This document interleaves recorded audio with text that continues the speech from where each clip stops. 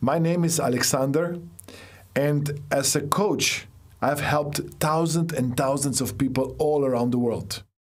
In diesem Coaching-Programm erfahren Sie, wie Sie die Kraft der künstlichen Intelligenz nutzen können, um als Coach, Elternteil oder Komunikator noch erfolgreicher zu werden. Predviđa se da će treneri koji koriste umjetnu inteligenciju nadmašiti one koji to ne čine. En vous inscrivant et en nous rejoignant dans ce programme, vous pourrez expérimenter et découvrir les possibilités de l'IA.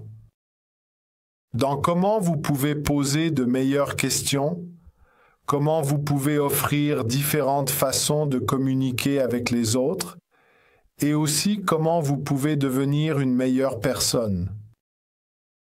Ci concentreremo su come diventare migliori nel fare domande, migliorando la nostra abilità di porre domande.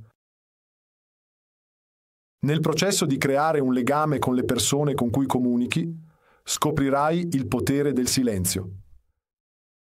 Многократно молчать после того, как вы задали правильный вопрос, может быть полезным для улучшения коммуникации и стимулирования размышлений. 私たちに参加して、コーチングの力と人工知能によって強化されたコーチングの力を発見してください。Dieses Video wurde mit Hilfe von künstlicher Intelligenz generiert und erstellt.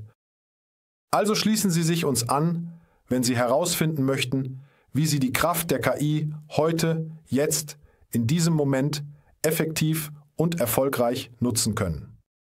J'espère te voir bientôt de l'autre côté.